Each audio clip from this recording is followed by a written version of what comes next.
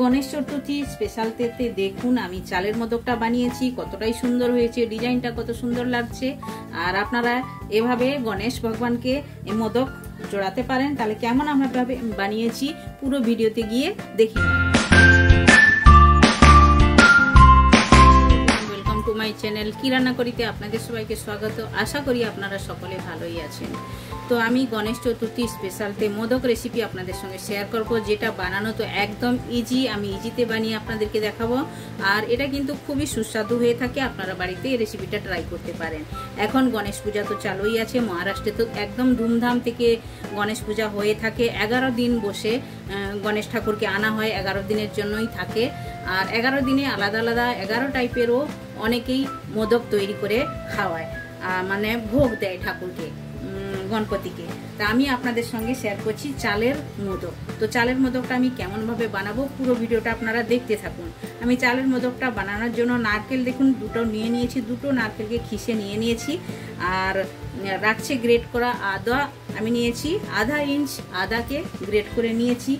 আর গুড় নিয়ে নিয়েছি 250 গ্রাম। আর নিয়েছি 25 গ্রাম আমি নিয়েছি কাজু বাদাম, এভাবে ছোট ছোট করে কেটে নিয়েছি। আর লাগছে চালের গুঁড়ো। তো চালের গুঁড়োটা আমি পরে দেখাচ্ছি। প্রথমে আমি নারকেলের ছইটা বানিয়ে নেব। তো প্রথমে আমি গ্যাস চালু করে কড়াই বসিয়ে দিয়েছি। আর কড়াইয়ের মধ্যে আমি 1 চামচ ঘি দিয়েছি। ঘিটা দেওয়ার কারণ এই যে কাজু বাদামটা ঘিতে আমি প্রথমে ড্রাই রোস্ট করে নেব, ঘি থেকে ভেজে নেব, তাহলে আর খুশবুটা খুবই সুন্দর হবে। লাল লাল করে ভেজে নিতে হবে। তো কাজু আর বাদামটা ভালো করে লাল লাল করে ভেজে নিয়েছি। এখন এটা তুলে নেব আলাদা পাত্রের মধ্যে। তো এখন আমি ওই কড়াইয়ের মধ্যে ছইটা মেরে নেবো নারকেলের। আর নারকেলটা ছই মারার জন্য আমি নিয়ে নিয়েছি নারকেল আর গুড় একসঙ্গে মাখিয়ে নিয়ে নিয়েছি। এখন কড়াইয়ের মধ্যে দিয়ে দিলাম, দিয়ে নাড়াচাড়া করবো ভালো করে। তো আমি গুড় দিয়ে বানাচ্ছি, আপনারা চাইলে চিনি দিয়েও বানাতে পারেন, আপনাদের যেটা পছন্দ হয়।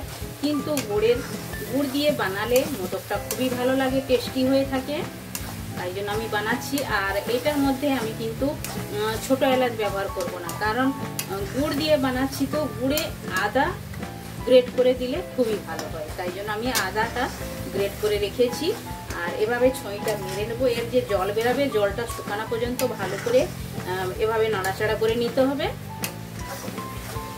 আর আপনারা চ্যানেলে আসুন, চ্যানেলে অনেক রকমের রেসিপি আছে, আপনারা দেখুন, আশা করি আপনাদের ভালো লাগবে। আর ভালো লেগে থাকলে আপনারা ওই যে কোনো রেসিপি আপনারা ট্রাই করতে পারেন একবার বাড়িতে। আর কমেন্ট করে আমায় জানাবেন আপনারা কোথায় থেকে আমার ভিডিওগুলো দেখছেন, কমেন্ট করবেন। আর যারা আমার চ্যানেলে নতুন, প্লিজ চ্যানেলটি সাবস্ক্রাইব করে নেবেন। আর বেল আইকন তো অবশ্যই প্রেস করবেন, তাহলে নিত্য নতুন রেসিপি আপনারা সঙ্গে সঙ্গে একটু দেখতে পাবেন আমি যখনই রেসিপি আপনাদের সঙ্গে শেয়ার করব। তো দেখুন সাইডে সাইডে জল বেরোনো স্টার্ট হয়ে গেছে। এই জলটা শুকনো পর্যন্ত ভালো করে ছইটা মেরে নিতে হবে। তো দেখুন জলটা ধীরে ধীরে শুকিয়ে আসছে, একদম দেখুন এভাবে আরও একটু আমি শুকিয়ে নেব। আর এই টাইমেই আমি দিয়ে দেবো গ্রেট করা আদাটা, দিয়ে দিলাম। গ্রেট করা আদাটা এভাবেই নাবানার একটু আগেই দিতে হবে। আর এখন ভালো করে মিক্স করে দেবো, তাহলে আদা গন্ধটা থাকলে খুবই ভালো লাগে। আর আপনারা চিনি দিয়ে বানালে তাহলে আপনারা ছোট এলাচের গুঁড়ো দিতে পারেন। আর গুড় দিয়ে বানালে আপনারা আদা দিবেন, আদার একটা গন্ধ খুবই ভালো লাগে, খুশবুটা খুবই ভালো লাগে। দেখুন একদম শুকনো শুকনো হয়ে যাচ্ছে ধীরে ধীরে, এভাবেই করে শুকনো করে নিতে হবে। আর একদম সন্দেশের মতো পাক করার কোনো প্রয়োজন নেই, এতটাই করলেই চলবে। দেখুন এই যে কড়াই থেকে একটু একটু ছেড়ে দিচ্ছে, তার মানে এটা জলটা ভালোভাবে শুকিয়ে গেছে। আর এখন আমি অ্যাড করে দেবো কাজু বাদামটা যে ভেজে রেখেছি, এটা আমি অ্যাড করে দিলাম। এই যে দিয়ে এটাও আমি নাড়াচাড়া করে দেবো। দেখুন ছইটা আমার একদম তৈরি হয়ে গেছে, এটা এখন আমি নামিয়ে নেবো, একদম রেডি। জলটাও শুকিয়ে গেছে। আর এতটাই করে নিতে হবে, আর বেশি না করলেও চলবে, কোনো অসুবিধা নেই। তো এখন আমি চালের গুঁড়োর ডোটা তৈরি করে নেব। এটা চালের গুঁড়ো দেখুন আমি 1 বাটি নিয়ে নিয়েছি, এইরকম বাটির ওজনে 500 গ্রাম হবে নিয়েছি। আর এর একটা মাপ থাকবে, জল কতটা দিবেন আপনারা দেখুন। এই বাটিতে আমি নিয়েছি, সেম বাটিতে 1 বাটি আমি জল দেব। এই 1 বাটি জল দিলাম। জলটা ভালো করে ফোটার জন্য অপেক্ষা করব। আর যে কোনো মিষ্টি জিনিস বানালে একটু লবণ দিলে ভালো হয়, তাই জন্য আমি একটু কম করে লবণ দিলাম। আর ডোটা যাতে ভালোভাবে হাতে না লেগে যায় তাই জন্য আমি 1 চামচের মতো ঘি দেব। ঘিটা দিলাম। ঘিটা ভালোভাবে এখন জলের সঙ্গে মিশিয়ে যাওয়ার জন্য অপেক্ষা করব। তো জলটা দেখুন সুন্দরভাবে ফোটা আরম্ভ হয়ে গেছে। এখন আমি কি করব, এর থেকে 2 বাটি জল আমি তুলে রেখে দেবো। জল এর জন্য তুলে রাখবো, জলটা যখন কম বেশি হবে, যদি মানে কম হয় তাহলে পরে আপনারা দিতে পারেন, আর বেশি হওয়ার তো চান্স রাখবেন না, একটু তুলেই রেখে দিতে হবে। কম হলে পরে আমি অ্যাড করব। এখন আমি কি করব, এই যে জলটা ফুটছে ভালোভাবে, গ্যাসের ফ্লেমটা একটু কমিয়ে দেবো। গ্যাসের ফ্লেমটা কমিয়ে দিয়ে এবার আস্তে আস্তে করে এই চালের গুঁড়িটা ছাড়বো, আর এভাবেই নাড়াতে থাকবো। একদম ধীরে ধীরে ছাড়তে হবে আর এভাবেই নাড়াতে হবে। এভাবে করে নাড়ি চাড়িয়ে দিতে হবে।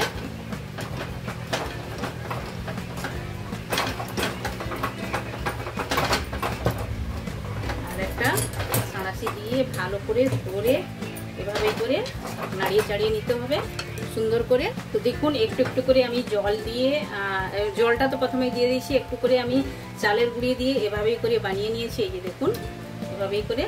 এখন আমি কি করব, এইটাতে গ্যাস আমি বন্ধ করে এভাবে আমি ঢাকনা লাগিয়ে 10 থেকে 15 মিনিট ছেড়ে দেবো এভাবে, আর এটা ভালোভাবে সেটিং হবে। তাহলে দেখুন ঢাকনাটা লাগিয়ে গ্যাস বন্ধ করে দিলাম। 15 মিনিট পরে আমি ফিরে আসছি। ভালো করে ঠান্ডা হওয়ার পরে আমি ভালো করে ডোলে নিয়ে নিয়েছি। দেখুন এভাবেই করে হয়েছে ডোটা, খুবই সুন্দর ডো হয়েছে। এই যে দেখুন একদম সফট ডো। এভাবেই করে সফট ডো বানিয়ে নিতে হবে। এখন একটু একটু করে নিয়ে আমি বানিয়ে আপনাদেরকে দেখাবো। তো মোদকের মোল্ড এভাবেই পাওয়া যায়, দেখুন এভাবেই করে পাওয়া যায়। আপনাদের কাছে না থাকলেও আপনারা কেমনভাবে বানাবেন ওটাও আমি দেখাবো, কিন্তু এটা আছে, আমি এটার ভেতরে কেমনভাবে বানাতে হয় দেখাচ্ছি আমি। এইটাতে দেখুন এইভাবে বন্ধ করা যায়, খোলা যায়। এখন কি করতে হবে, একটু ঘি হাত বুলিয়ে দিতে হবে। এভাবে ঘি হাত এভাবে লাগিয়ে দিলাম, দিয়ে একটুখানি যে চালের আমি ডোটা বানিয়ে রেখেছি ওটা আমি নিলাম, নিয়ে এরকম লম্বা করে ভেতরে দিয়ে দেবো। আর একটুখানি ঘি হাত করব। ঘি হাত করতে পারেন, তেলের হাত করতে পারেন, যেটা ভালো লাগে করে ভালো করে এভাবে প্রেস করে সব জায়গাতে লাগিয়ে দিতে হবে। এভাবে করে দেখুন আমি লাগাচ্ছি, এভাবে করে প্রেস করে করে লাগিয়ে দিতে হবে। তো দেখুন ভালো করে আমি লাগিয়ে দিয়েছি সব সাইডে। এখন যে আমি ছইটা বানিয়ে রেখেছি ছইটা আমি ভেতরে দিয়ে দেবো। দেখুন ভেতরে দিয়ে দিলাম। এইবার উপর থেকে একটুখানি ডো নিয়ে এভাবেই, এই যে দেখুন ডোটা নিলাম, নিয়ে আবার মুখটা বন্ধ করে দিতে হবে। একদম বানানো ইজি, দেখতেও একদম সুন্দর হয়ে থাকে। আপনারা এভাবে বাড়িতে বানাতে পারেন। আর গণেশ চতুর্থীতে গণেশ ভগবানকে এভাবেই মোদক তৈরি করে দিতে পারেন। এখন এটা খুলে দেবো, দিয়ে এভাবেই করে দেখুন কত সুন্দরভাবে হয়ে গেল। দেখতেই যতটা সুন্দর, একদম ভালোভাবেই হয়ে গেছে। এভাবেই করে আমি আরও একটা আপনাদেরকে দেখাবো। প্রথমে একটু এভাবে ঘি হাত করে নিলাম, নিয়ে একটা ডো নিয়ে এভাবে ভিতরে দিয়ে দেবো। দিয়ে আবার একটু আমি, আপনারা ঘি হাতও করতে পারেন, নাহলে শুকনো চালের গুঁড়ির হাতও করতে পারেন, যেটা ভালো লাগে, যেটা আপনাদের সুবিধা হয় ও হিসাবে আপনারা করে নিতে পারেন।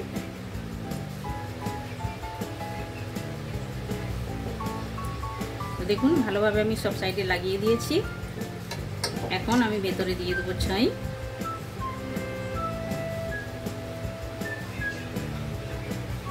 দেখুন ছইটা আমি দিয়ে দিলাম, দিয়ে এবারে বন্ধ করে দেবো।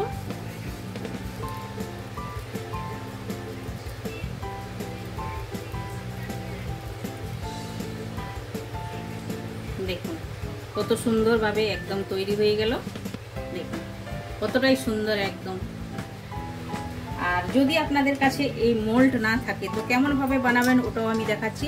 এভাবেই একটা গোলা করে নিয়ে নিতে হবে। গোলা করলেন, এইবার চাপটা করে বাটির মতো করে একটা বাটি তৈরি করে নিতে হবে। এভাবেই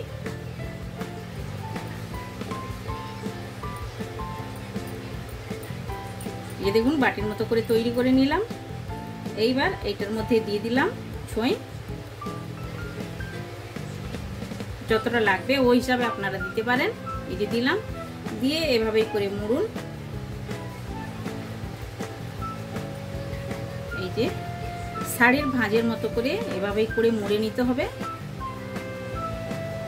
এইবার সবগুলোকে একসঙ্গে নিয়ে এভাবেই একটা গোল বানিয়ে দিতে হবে।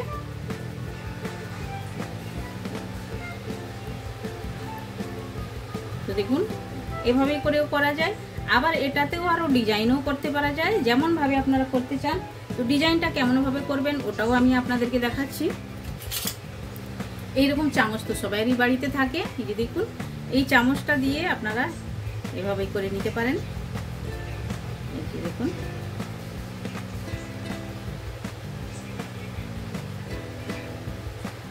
একদম উপর থেকে নিচ পর্যন্ত এভাবেই করে দিলে একটা করে ডিজাইন তৈরি হয়ে যায়। এভাবেই করেও তৈরি করা যায় দেখুন। তাহলে চলুন আমি সবগুলো বানিয়ে ফিরে আসছি। তো আপনারা দেখুন এতগুলো আমি বানিয়ে নিয়ে নিয়েছি, কয়েকটা আমি মেশিনেও বানিয়েছি, হাতেও বানিয়েছি, সব রকম করে বানিয়ে নিয়ে নিয়েছি। এখন গ্যাসের মধ্যে আমি একটা বড় এরকম টোপ বসিয়ে দিয়েছি আর জলও দিয়ে দিয়েছি। জলটাও আমার দেখুন ফোটা আরম্ভ হয়ে গেছে, ধোঁয়া বেরোচ্ছে। এখন এইভাবে একটা বড় ছাননি নেব, সবাইয়ের বাড়িতে তো এইভাবে ছাননি থাকে। এইবার ছাননিতে আমি একটু ঘি ব্রাশ করে দিয়েছি, একটু ব্রাশে করে ঘি নিয়েছি, এই যে নিয়ে ব্রাশ করে দিয়েছি। এখন ছাননিটা এই টোপের উপরে রেখে দিলাম দেখুন। এখন আমি কি করব, একটা একটা করে এগুলো বসিয়ে দেবো, দিয়ে 10 থেকে 15 মিনিট আমি ভাপ দিয়ে নেব। ভাপে মোদকগুলোকে ভালোভাবে তৈরি করে নিতে হবে। তো দেখুন যতগুলো ধরেছি আমি দিয়ে দিয়েছি। এখন আমি প্রত্যেকে এই ঢাকনাটা লাগিয়ে দেবো। এই ঢাকনাটা যাবে না, একটা বড় অন্য ঢাকনা দিচ্ছি। তো দেখুন একটা বড় থালি আমি এভাবে দিয়ে দিলাম ঢাকনা, আর এভাবে করে আমি 10 মিনিট এটা ভাপে সেদ্ধ করে নেব। তো 10 মিনিট হয়ে গেছে। এখন ঢাকনাটা খুলে দেখুন, একটু এরকম ভাবে লাগিয়ে দেখলে দেখুন হাতে একটু লাগছে না, এটা হয়ে গেছে। ঠান্ডা করে তারপরে আমি বের করে নেব। তো দেখুন চালের মোদকটা আমার একদম রেডি হয়ে গেছে। দেখতে যতটাই সুন্দর লাগছে, খেতে অতটাই টেস্টি হবে।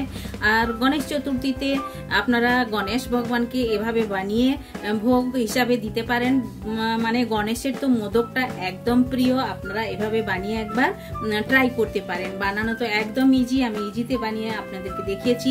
তাহলে আপনারা একবার বানান আর গণেশ ভগবানকে প্রসাদ হিসাবে আপনারা মানে দিতে পারেন। তাহলে একবার বানান আর খান সবাই মিলে, খুবই ভালো লাগবে। আর এই রেসিপিটা আপনাদের কেমন লেগেছে আমায় কমেন্ট করে জানাবেন। যারা এখনো পর্যন্ত চ্যানেলটি সাবস্ক্রাইব করেননি প্লিজ চ্যানেলটি সাবস্ক্রাইব করে নেবেন, বেল আইকন অবশ্যই প্রেস করবেন, তাহলে নিত্য নতুন রেসিপি আপনারা সঙ্গে সঙ্গেই দেখতে পাবেন। আবার দেখা হচ্ছে নতুন কোনো রেসিপির সঙ্গে। সবাই ভালো থাকবেন, সুস্থ থাকবেন। আপনারা আপনাদের কিমতি টাইম আমায় দেওয়ার জন্য আপনাদেরকে অনেক অনেক ধন্যবাদ।